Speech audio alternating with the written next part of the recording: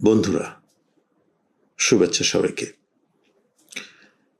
আজকে আমি একটি অত্যন্ত গুরুত্বপূর্ণ বিষয় নিয়ে আপনাদের সাথে কথা বলবো। বিষয়টি আমার কাছে অনেক গুরুত্বপূর্ণ, আপনাদের কাছে হয়তো গুরুত্বপূর্ণ নাও হতে পারে, কিন্তু বিষয়টি যে অনেক বেশি গভীরের আমি চেষ্টা করব আপনাদের কাছে এই গভীরতাটা নিয়ে আলাপ করার জন্য। বন্ধুরা, একটি পেশা বা প্রফেশন কিভাবে অনেক সমৃদ্ধ, অনেক অ্যাট্রাকটিভ হয়ে ওঠে, কিভাবে সেই পেশার মান আস্তে আস্তে বৃদ্ধি পায়,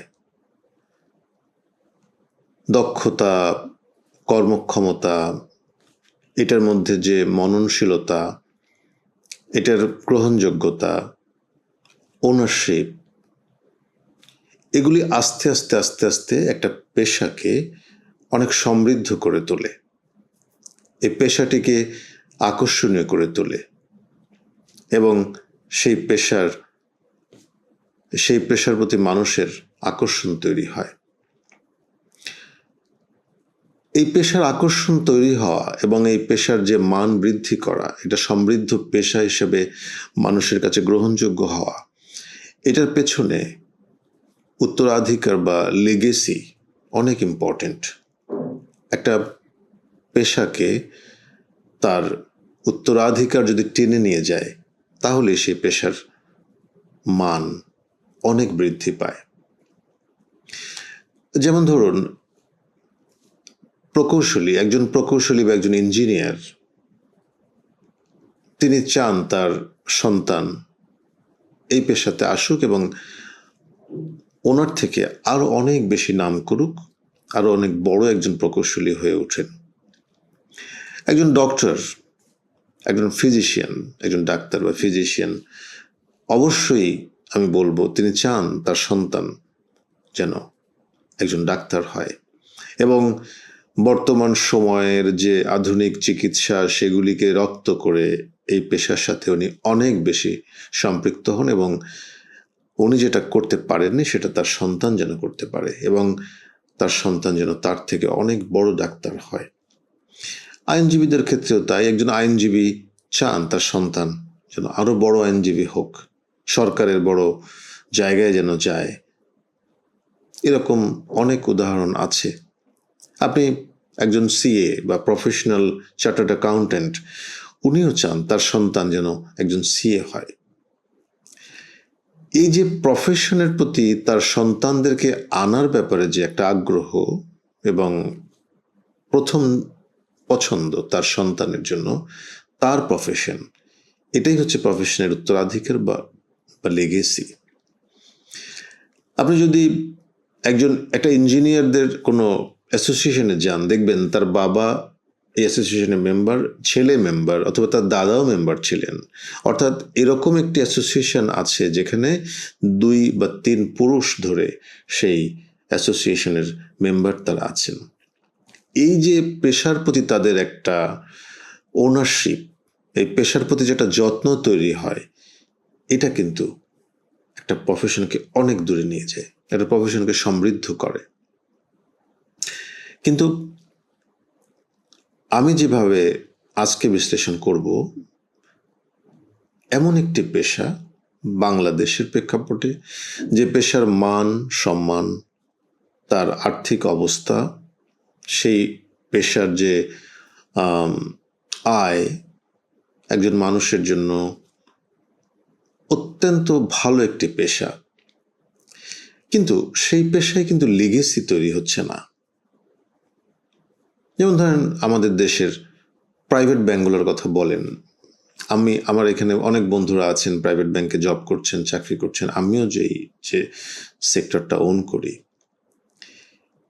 এই পেশায় আমরা যারা আছি, আমাদের বা এই ব্যাংকারদের আপনি বুকে হাত দিয়ে বলেন তো যে আপনার সন্তানকে আপনি আপনার পেশায় আসতে দিতে চান কিনা?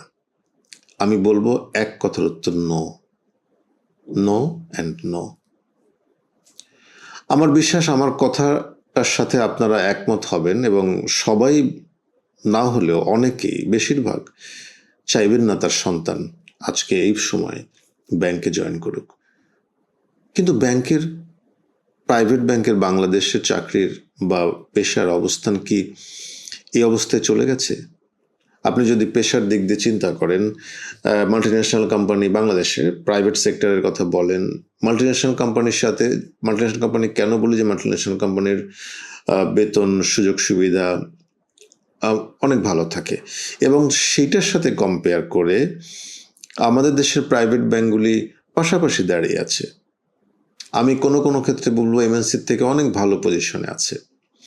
যে পেশাতে ভালো পে প্যাকেজ আছে, ইনক্রিমেন্ট, ইনসেন্টিভ বোনাস, একটু সিনিয়র হলে তার জন্য গাড়ি, মানে বাড়ির জন্য লোন, গাড়ির জন্য লোন, সামাজিক অবস্থার উন্নতির জন্য, সামাজিকভাবে তাকে উন্নত করার জন্য যে জিনিসগুলো দরকার সবগুলি এখানে খুব ভালোভাবেই আছে।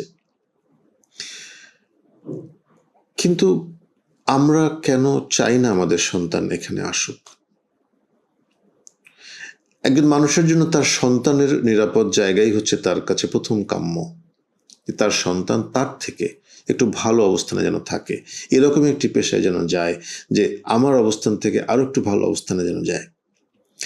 তাহলে আমি আমার সন্তানের জন্য আমার এই পেশাকে নিরাপদ কেন মনে করছি না, অথবা আমি অতৃপ্ত থাকার কারণে হয়তোবা আমার সন্তানকে এখানে দিতে চাচ্ছি না।